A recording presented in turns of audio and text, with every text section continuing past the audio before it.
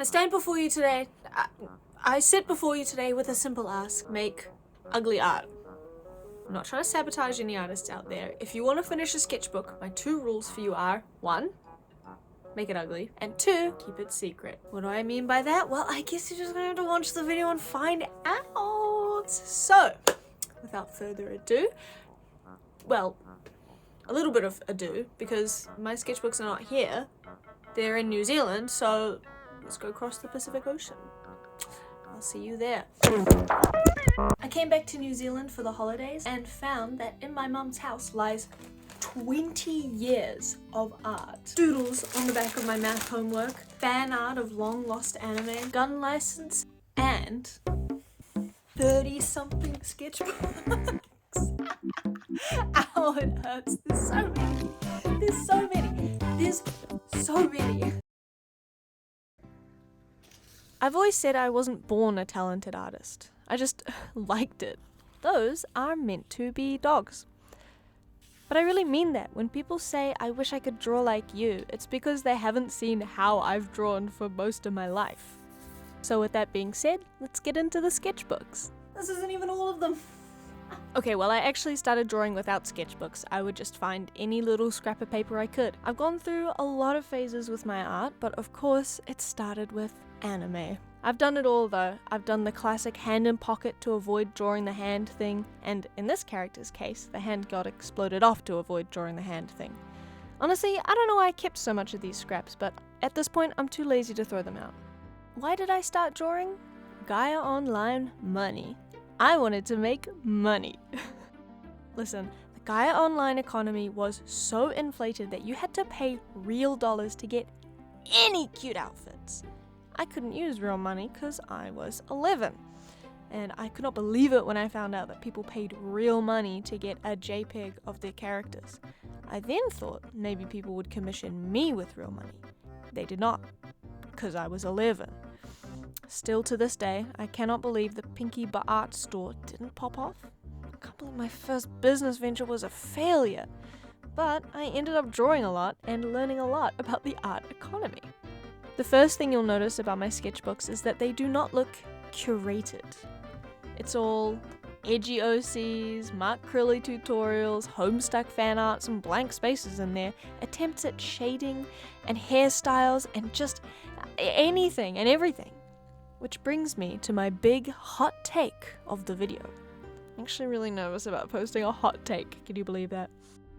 Okay, here it is. I actually kind of dislike sketchbook tours. Now, hear me out.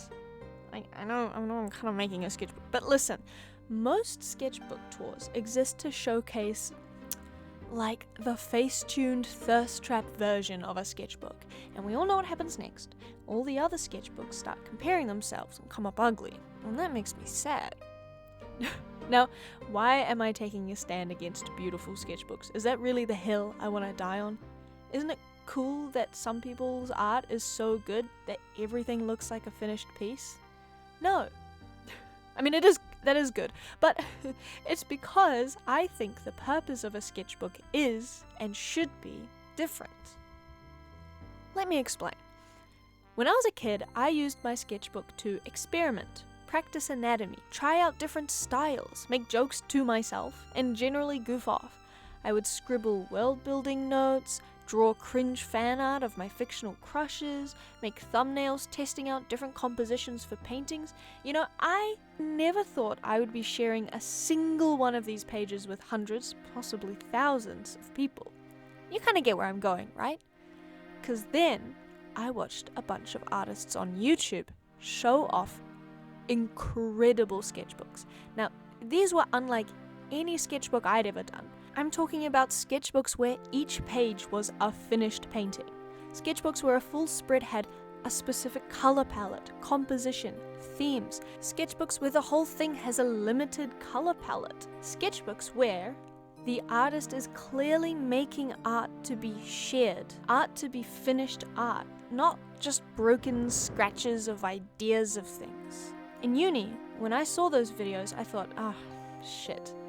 My sketchbook is supposed to look like that. And what I didn't consciously think, but internalized, is I'm not even allowed to be bad or messy in my own sketchbook. Even in my own sketchbook, I have to make art worthy of sharing, worthy of showing.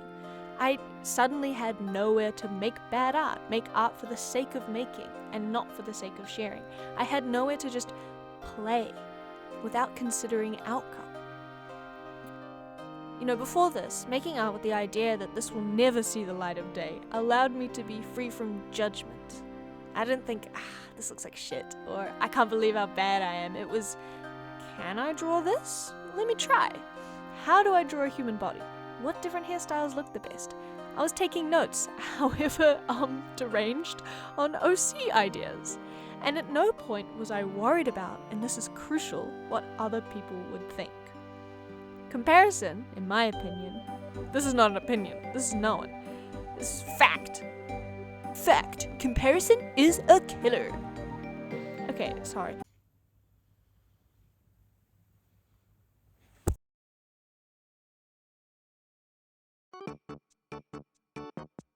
Okay, this era was my last 2 years of high school, and that's how I looked in 2014. Oh, I was visiting Japan. I would be so hyped to know that I live here now. And I would probably be, less hyped to know I want to move back to New Zealand. Anyway, basically all I did at this stage of my life was draw. Now, you might see some questionable things in these sketchbooks, but I have made it a point to not roast my old work. As an artist, I don't want to shit talk my old art. It can be really tempting to take a dig at it, or call it cringe, or roast it for humorous intent, but I won't. Did I just do that in the previous paragraph? Listen, don't think about it. Because when I was a kid, I would often hear other artists slagging off their old work. Now, these would be like amazing artists. Everything they drew was great. If their shit art was leagues better than my best art. So I'd always see them roasting their work and go, man, if that's what you think about your old art, I can't imagine what you think about mine. Nowadays, I understand those comments and I don't take offense to them anymore, but I don't want to be talking down my own work only for those insults to be transferred to someone else watching my videos. I also think it's really helpful to get out of the habit of critiquing your sketchbook, of all places. See, I'm trying to convince you in this video to embrace making art, regardless of how it looks, regardless of the outcome. So, we're going to keep the roasting and the critiquing to a minimum. And I want to say, this is just kind of off the cuff, critiquing is a really important part of the art process, but I don't think it has to come in to every aspect of your work, and I think that having a place free from critique is really important. Okay, if I can be so bold, I want to make some assumptions on why you, the viewer, don't finish your sketchbooks. And if I'm wrong, I'm sure you'll let me know. But I'm assuming you love beautiful things. You love an immaculately bound sketchbook. So you choose something with soft, water-soluble paper. It's the wrong word, but I'm really trying to do a one-take. Oh, and I fucked up. No. Fuck it. Let's just keep rolling. You choose something with beautiful watercolor paper. Maybe it has a really cute design on the front. Maybe it's leather bound. It looks like a magical tome. And every mark you make in that sketchbook feels like you're trespassing. Like you're ruining the perfect exterior with like a shitty interior. If that's the case, well then first of all I empathize with you greatly. I kinda still can't use beautiful sketchbooks, which is why I always recommend choosing one with just regular drawing paper and a simple cover. Something that looks like an art book. We're trying to keep the barrier of entry low and make it accessible. You want your sketchbook to be ugly, but you want it to be ugly even before you start drawing it. I wrote that in my script and that sounds crazy. Anyway, going back to those artists who would show off their work in a sketchbook tour, you can see a lot of artists editing themselves in their books. They'll put post-its over sections and redo them. They'll paint over their unsuccessful pieces. They'll essentially hide bad art in their sketchbooks because they're creating those sketchbooks with the intention of sharing them later. I want to argue that this is not what a sketchbook should be for. I think those books are cool. I like sketchbook tours. I know I said I hate them before, but I was telling a lie. I like them. They're beautiful, but I feel like we need a different name for them, even as simple as like I don't know, art books or portrait books or a new word for sketchbooks, secret books. I don't know, but I think it is so beneficial to have a place to draw that is secret, that you do not want to share with anyone until 10 years later, I guess.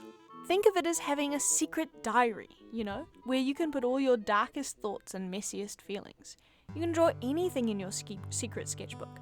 I drew some really crazy Shingeki no Kyojin fan art, which I didn't even film because I was too embarrassed about what I drew, and I'm not going to tell you what it was, but it was, while fully clothed, extremely, I can't even, listen, it was listen. We need to move on. The point is you want to make work without any expectation that another person will see it, like truly self-indulgent art.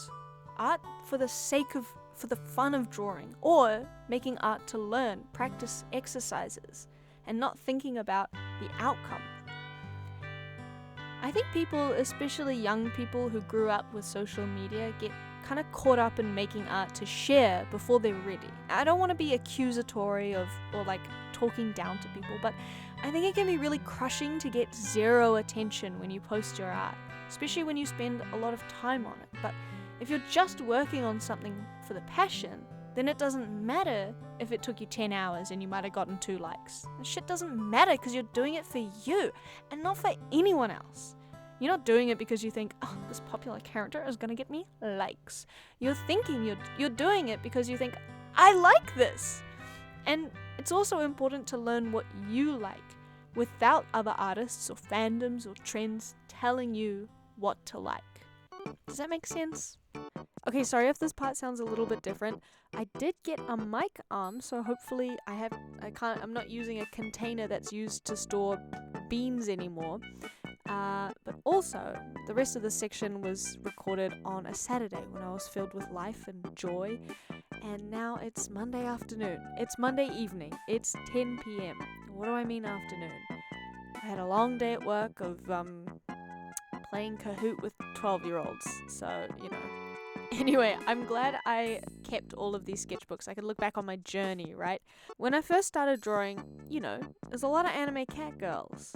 I moved through a lot of different fandoms, from anime to, I had a steampunk phase. I even tried getting into witchcraft. Unfortunately, I couldn't get past the, you have to actually believe in the witchcraft part. It's not just the aesthetics, unfortunately. But more than just the subject matter changed. I started with just a little pencil and some paper. But throughout high school and uni, I started experimenting with watercolors and inks and gouache and acrylics and all sorts of things. I also tried making art prints for a local artist alley that me and my friend tabled at when we were high schoolers, and that was a really great experience as well. I made so little money, an incredibly small amount of money, because if you look at the prints that I made, they made no sense. They were so weird. A lot of the advice that I'm giving is more geared towards younger artists, but so if anyone who's older and new to art, I hope there is something in this video that inspires you to start or continue keeping a secret sketchbook. I actually fell off doing this when I hit uni.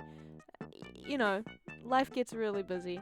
And I also felt like everything needed to become content, and I still kind of feel like that.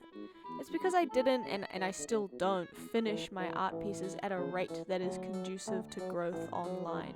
The meta for Instagram back in the day was to post art at least once every single day. And this was before stories were even a thing. Oh my god. What the hell? Posting an entire art piece every single day? While I'm a child? And then, while I have a job? Are you kidding me? It's funny, thanks to my uni degree, I've gotten a lot better at brainstorming and planning project ideas to keep myself busy, like my pixel art village project, or my whimsical home decor stuff, or my slightly frenzied Mexican alien gluing bonanza. And even now, even if I didn't work full time, I don't think I could keep up with that posting schedule. However, I can keep up regularly streaming. So if you've been enjoying listening to me ramble, you can listen to me ramble on this YouTube channel at some point during the weekend, every weekend. I hope you'll forgive the shameless self-promotion because, I mean, who watches streams on YouTube anyway? I don't know why I'm streaming on YouTube, but I made my horse and I'm sticking to it. I don't know. Anyway, the new mic arm is really fun to use, but I'm so tired and so dead. Let's get back to that bright, non-depressed Saturday Scout in the next section. This was the start of my uni career and kind of the last era of my sketchbook use. Not because I didn't follow my own advice, just because I had a lot of shit going on. Some of the best years of my life and some of the worst years of my life. But at this point, I wanted to either work in game design or be an online illustrator, so I got pretty serious about my art. Being an artist on the internet, which to be clear is not the only way to make a living as an artist, but it requires you to have a brand. To turn your art into a consistent and easily recognizable body of work. It's not a bad thing, but I am a huge proponent of experimentation, especially when you're not at a professional level. And this brand format, which young artists expect themselves to be able to do from the beginning, it leaves very little room for experimentation. Do you know, when I was 16, I thought my favorite color was blue. But it incentivizes choosing a color palette, a subject matter, a theme, and a vibe, and just sticking to it. You're expected to iterate on the same thing for years. You know, when you follow someone on Instagram, for example, you usually want to know what you're getting into. You're more likely to follow someone like Mayoko, who draws similar subjects and colors, rather than someone who does light-hearted comics one day and dreary, moody oil paintings the next day. But as an artist, I might want to make a light-hearted comic one day and then be drawn to moody oil paintings the next day. So where can I have that wide range, if not in my sketchbook? If I limit myself, constrain myself to having a sketchbook that suits a theme because I want to make a video on it later, especially early in my artistic journey, then where can I truly get to know myself as an artist? Now, like I said, there's nothing wrong with having a consistent art brand. But I think that when you're learning and when you're young, there's huge benefit to ignoring consistency and just following your whims and seeing where you end up. Having a place to do that, having a sketchbook is really valuable when you're still learning exactly what you want to be consistent doing. I mean, this is coming from someone who is still very inconsistent in every aspect of her life, so, you know, grain of salt, I guess. But it's also really nice looking back on my old sketchbooks and seeing the way that my interests have shifted, but what things have stayed the same. You know, I've gone from like sports anime fandoms to Homestuck to getting into witchcraft for a bit, but I don't really believe in it, to be honest. But I have all of that, kind of like it's a diary. Okay, I feel like you might be asking, and maybe you've been asking this from the beginning, why is it good to call your art ugly? I'm using pretty harsh language there, right? Okay, well, I'm stealing this idea from sports psychology. Now, I am not a sportist. My brothers are. Actually, fun scout fact. I come from a family of jocks, and I'm the only bona fide shut-in nerd. Anyway, in sports psychology, specifically tennis, athletes make like a huge effort to not qualify their shots. As in, they don't think, ooh, that was good, or that sucked. They focus on the movement itself and try not to think about anything at all. This part is a little bit contradictory, but turning focus away from outcome, or making judgments on how good or bad your shot was in the moment, it makes you a better tennis player, and I reckon it's the same for art. If you're drawing and you keep thinking like, ooh, that's wrong, oops, I messed up, or ooh, that looks good though, it's kind of like you have an observer on your shoulder, constantly judging and editing your work as you go. You can't relax as easily, you can't enter the flow state, you can't simply be. So giving yourself permission to make ugly work in your sketchbook already allows you to not think about the outcome. Oh, it'll be ugly anyway. It'll be ugly anyway, don't worry about it. Okay, it's a little... Okay, maybe the word ugly is a little harsh, but it really does help remove the shame that artists feel when they sketch and doodle and try new things and experiment. I feel like we often think of our artistic skill as a set thing, like a number in a video game. But we know it's not like that. You know it's not like that. Your hand, fluctuates. Sometimes multiple times a day. Sometimes the art is flowing and it's looking amazing and everything is working out. And sometimes it just doesn't feel right. Sometimes you are really good and then sometimes you're worse than you were 10 years ago. Genuinely, that just happens. Maybe you usually draw people and you're trying to learn perspective and it suddenly feels like you're a level 1 beginner artist again. I think so many things can cause us to draw differently and feel some kind of shame that allegedly set art skill number went down. I think this is especially true for people who want to become an artist and they're already an adult.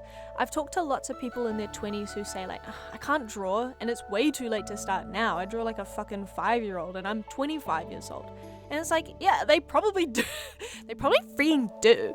But it's not because they have the intelligence of a 5-year-old or the motor skills of a 5-year-old. It's because they have the same drawing experience as a 5-year-old. It's normal. But also, being bad at something, being new to a skill is kind of inherently embarrassing for us adults, right? I feel like people were talking about this a lot online a few years ago. Be bad at your hobbies. And I think being bad at something publicly is really embarrassing. Now, you get used to it, but it's still not great. So having a sketchbook, a secret sketchbook, lets you draw without worrying about being good or bad, or worrying about success or failure. It's a secret. Who knows how good you are?